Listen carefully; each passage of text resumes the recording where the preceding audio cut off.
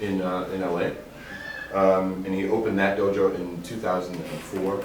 I just want you guys to sort of in your head do the math of how long he's been practicing Aikido. He started in 1983. Go ahead and sit right there.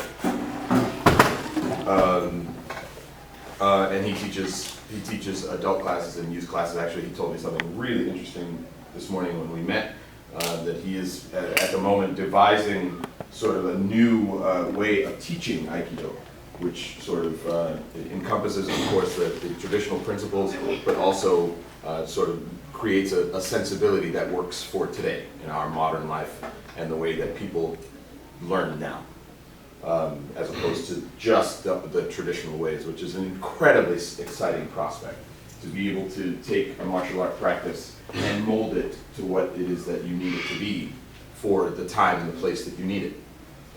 Which I think is a really amazing undertaking, and we thank you for doing that, both for your art and for the martial arts in general.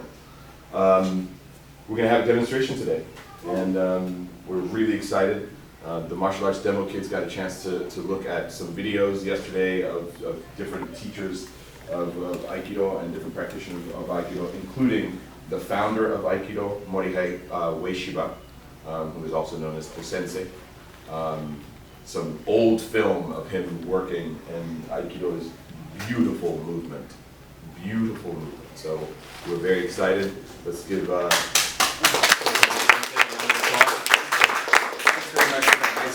you want me to roll?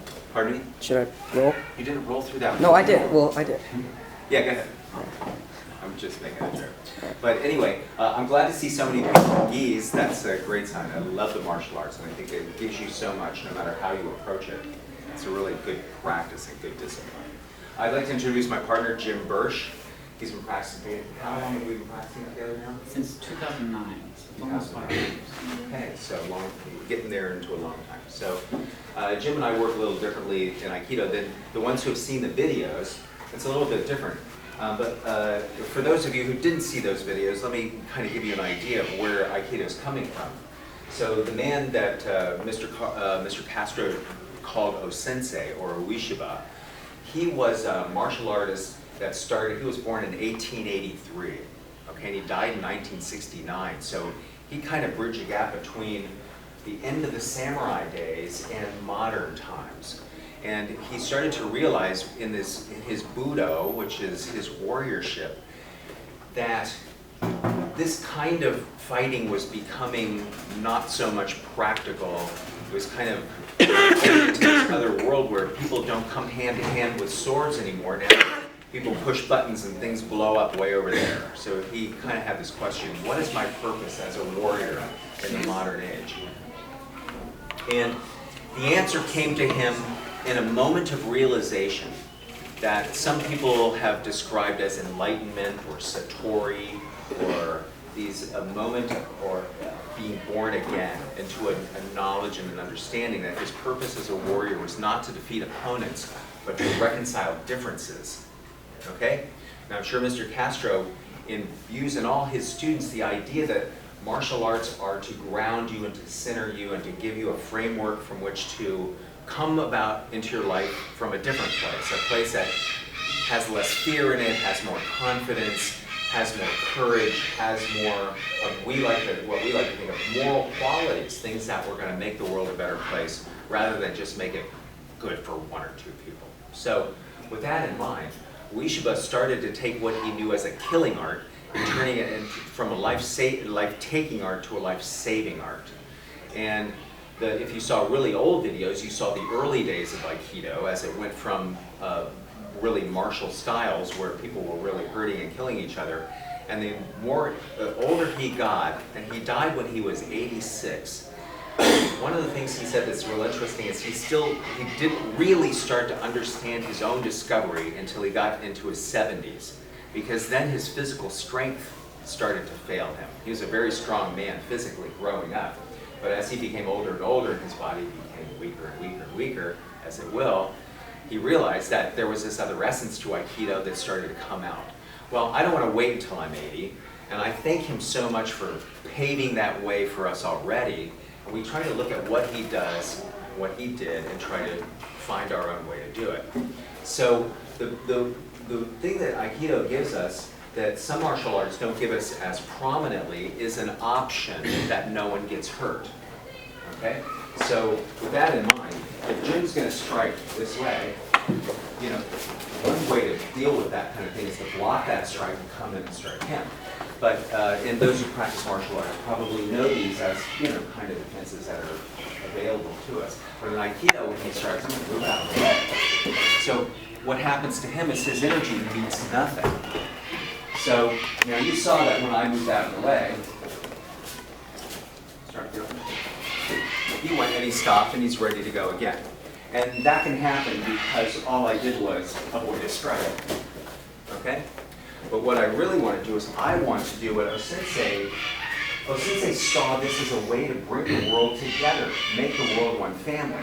So in thinking about that, I had to ask myself, oh, well, to do a traditional Aikido, we do something like this.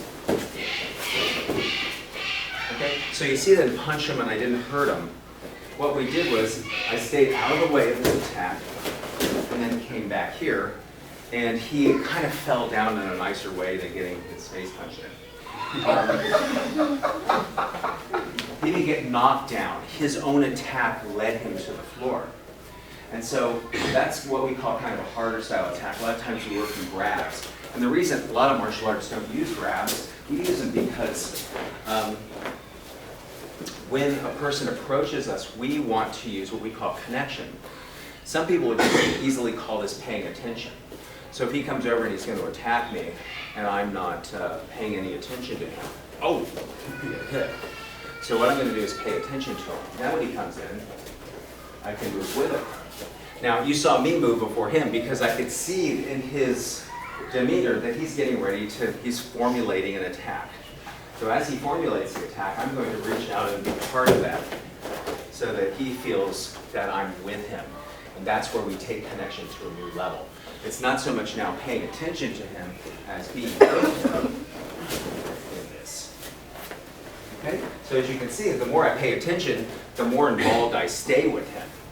So let's say I pay attention, he's going to strike here, and I just get out of the way. He's ready to keep fighting. And I would say from one perspective, he hasn't gotten what he's looking for yet. He's looking for connection to my center. He's looking to land something. Okay? Now if he lands something, boom, it knocks me out. He feels okay about that. I don't feel so good about that. If he doesn't land anything, he doesn't feel pretty good about it. As soon as he senses he's not going to, he takes that away. So I want to give him the sense that he's already landed. And then he lands that way. And did you see how slowly and nicely he went in that thing? So that's, and I let him do that because he knows Aikido. If he didn't know Aikido, then I would kind of be with him right here and held him down so he doesn't hurt himself.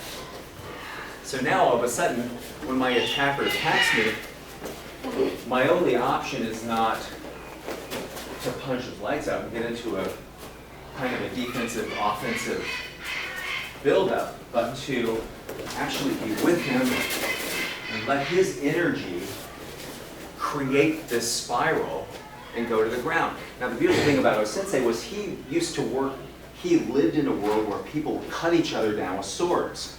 So he wasn't messing around. He knew, and he actually was part of the army in Japan that went to Manchuria early in the 19th century, and he feels it's his most shameful period of his life because he actually killed people with his sword. So he then threw all that out and said, well, I'm going to do it a better way now. So when Jim comes down with his sword, and I send energy out to meet him, so bring it all the way through. So that kind of happens to him. And he'll do that by himself. But in our practice, what we'll do is we'll take it a little bit more slowly so that we can see all the options. And what we do in Aikido is the teacher also works with the student by doing what he's doing. So you ready?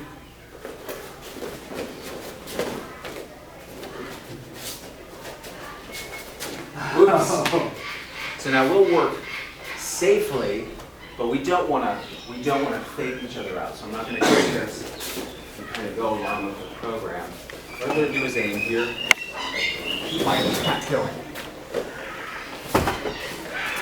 So then you start to see there's a bunch of little different things you can do that have to do with his energy flow. Now, it may look like I'm doing something to him, but actually he's doing all this himself. And I'm just moving with him as he does it. So for instance, I'm going to punch him right in the chest, and all he's going to do is move out of the way. Now, when he moves out of the way, I understand totally that I haven't hit him. My system knows that I haven't knocked him over. So I continue going at him. And he moves in a different place, and all of a sudden I'm on the floor. So did you see how I created that as an attacker? He's not doing this to me, making me go down. He's actually going down based on his desire to keep attacking me. So what that does is energy that's moving linearly like this, if I just stay right here, if I make my goal, it's a linear thing, all the impact of my punch goes into his body and he absorbs that, and it could hurt him or kill him. But if he allows the energy to flow through past that point while connecting, and my energy stays focused on him, you see how now I've just thrown myself into the ground? So that's the idea. In Aikido, if someone attacks, and they